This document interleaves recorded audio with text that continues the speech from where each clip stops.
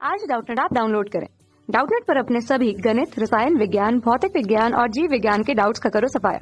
बस प्रश्न की फोटो खींचो, एक ही प्रश्न को क्रॉप करो और तुरंत वीडियो सोल्यूशन पाओ। अभी डाउनलोड करें। सार्वजनिक क्षेत्र और निजी क्षेत्र की अवधारणा की व्याख्या कीजिए।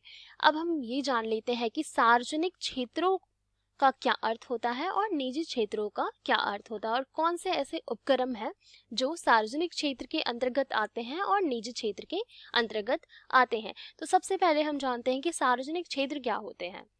सार्वजनिक क्षेत्र बहुत ही साधारण भाषा में हम ये कह सकते हैं कि एक ऐसे उपक्रम जिनका प्रबंधन और स्वामित्व किसके द्वारा होता है, सरकार द्वारा होता है। चाहे तो वो राज्य सरकार द्वारा उनका प्रबंधन और स्वामित्व हो और राष्ट्रीय सरकार द्वारा प्रबंधन और स्वामित्व हो। तो ऐसे उपक्रम जिनका स्वामित्व सरकार द्वारा होता है वो क्या कहलाते हैं, सार्वजनिक क्षेत्र कहलाते हैं। तो देख लेते हैं। ऐसे उपकरण जिन पर पूर्ण या आंशिक रूप में स्वामित्व होता है, रूप में स्थानीय राज्य सरकार या राष्ट्रीय सरकार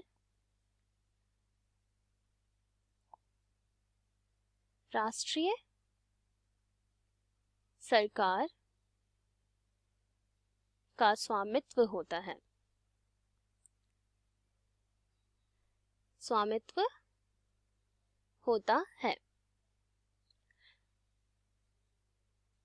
तो सबसे पहले ये ऐसे उपक्रम होते हैं जिनका पूर्ण या फिर आंशिक रूप से स्थानीय सरकार या फिर राष्ट्रीय सरकार का स्वामित्व होता है। चाहे तो वो उपक्रम होंगे जिनका पूर्ण अधिकार किसके द्वारा होगा, राज्य सरकार द्वारा होगा या फिर राष्ट्रीय सरकार के द्वारा होगा, या फिर हम अधिकांश रूप से भी कुछ उपक्रम के जो स्वामित्व होता है वो सरकारों का होता है। और इसका जो प्रबंधन भी करते हैं वो कौन करते हैं, सरकार ही करता है। इसका प्रबंधन भी सरकार द्वारा होता है, सरकार द्वारा किया जाता है। तो ये ऐसे उपक्रम हो गए जिनका प्रबंधन हो गया, स्वामित्व हो गया, किसका होता है, सरकार का ही होता है। और ये जो उपक्रम होते हैं, ये जो संगठन होते हैं, ये क्या करते हैं, एक सामान्य मूल्य पर अपनी वस्तुओं और सेवाओं का आपूर्ति करते हैं। ये संगठन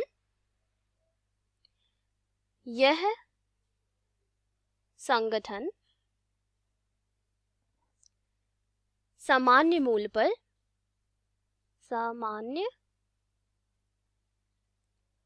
मूल्य पर क्या करते हैं, वस्तुओं व सेवाओं का आपूर्ति करते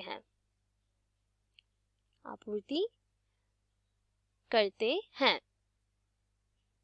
तो ये कौन से हमारे उपक्रम कहलाते हैं, ये हमारे उपक्रम सार्वजनिक उपक्रम कहलाते हैं, जिनका पूर्ण रूप से और आंशिक रूप से किसका अधिकार होता है, सरकार का अधिकार होता है, तथा इनका प्रबंधन भी सरकार द्वारा किया जाता है। और अंत में ये सामान्य रूप में ही सभी व्यक्तियों को क्या करता है, अपना वस्तु और सेवाओं का आपूर्ति करता है। अब हम देख लेते हैं कि हमारे निजी क्षेत्रों में कौन से उपकरण आते हैं। तो निजी क्षेत्र क्या होता है? निजी क्षेत्र हमारे साधारण भाषा में हम देखा जाए तो निजी क्षेत्र वो उपकरण होते हैं जिनमें स्थानीय निजी स्वामित्व के रूप में होता है, जिसमें जो स्वामी होता है वो एक व्यक्ति हो या फिर व्यक्तियों के समूह हो, जिनका सरकार द्वारा कोई भी हस्तक्षेप नहीं होता है। वो एक निजी व्यक्ति होता है जो अपने एक व्यवसाय की स्थापना करता है और व्यवसाय को चलाता है, और जिसमें सारा पूंजी का कार्य हो गया, जितना भी संसाधनों को जुटाना हो गया, सारा कार्य कौन करता है? एक व्यक्ति ही करता है, चाहे वो एकल स्वामित्व व्यक्ति हो, चाहे वो व्यक्तियों का समूह हो। तो इसमें कौन कौन से हमारे उपक्रम आ जाएंगे? इसमें हमारे एकल स्वामित्व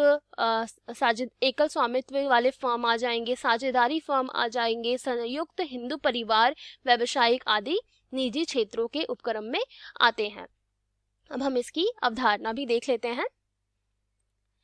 इनकी स्थापना निजी व्यक्ति, निजी स्वामित्व के रूप में होता है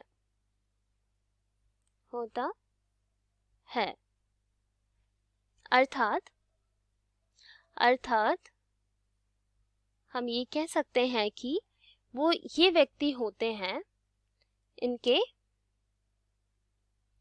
स्वामी व्यक्ति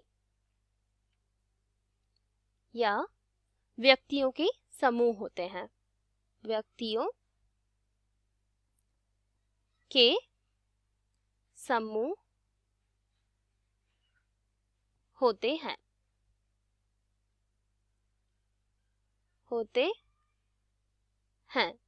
और इनका उदाहरण भी आपको मैं दे दूं तो इनके उदाहरण जैसे कौन से हो गए? सबसे पहला तो एकल स्वामी फर्म, एकल स्वामित्व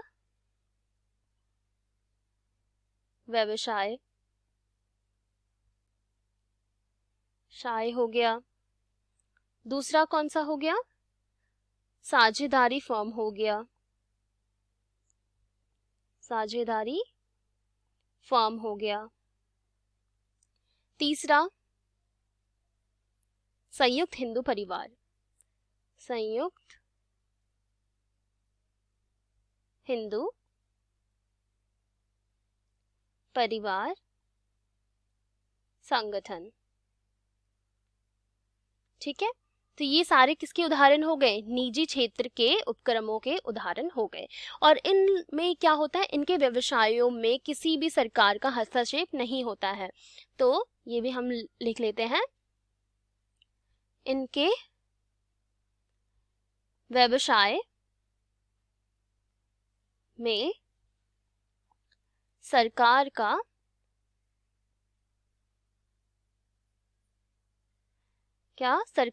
हस्तक्षेप नहीं होता है, सरकार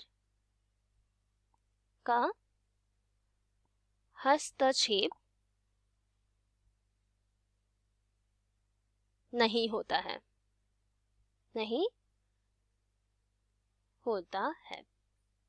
तो ये इस प्रकार के उपक्रम होते हैं। तो हम साधारण भाषा में ये कह सकते हैं कि ये बिल्कुल साधारण लोग होते हैं जो अपना व्यवसाय खुद से करते हैं, जिनको किसी और की आवश्यकता नहीं होती है। वो खुद से ही अपना पूंजी का निर्माण करते हैं और सारे कार्य जो होता है उत्पादन से संबंधित और जितने भी कार्य होते हैं वो खुद ही करते हैं। और इनमें हमारे एकल स्वामित्व व्यवसाय आ गया, साझेदारी फर्म आ गया और संयुक्त हिंदू परिवार जो संगठन होता है वो भी इनमें आ जाते हैं। और साथ ही हमारे इसमें किसी भी सरकार का हस्तक्षेप नहीं होता है, क्योंकि सारा कार्य ये खुद ही करते हैं। और सार्वजनिक क्षेत्रों में हमारे वो उस प्रकार के उपक्रम आ जाते हैं जिनका स्थानीय जो राज्य सरकार होते हैं या फिर राष्ट्रीय सरकार द्वारा स्वामित्व होता है, चाहे पूर्ण हो गया या आंशिक हो गया।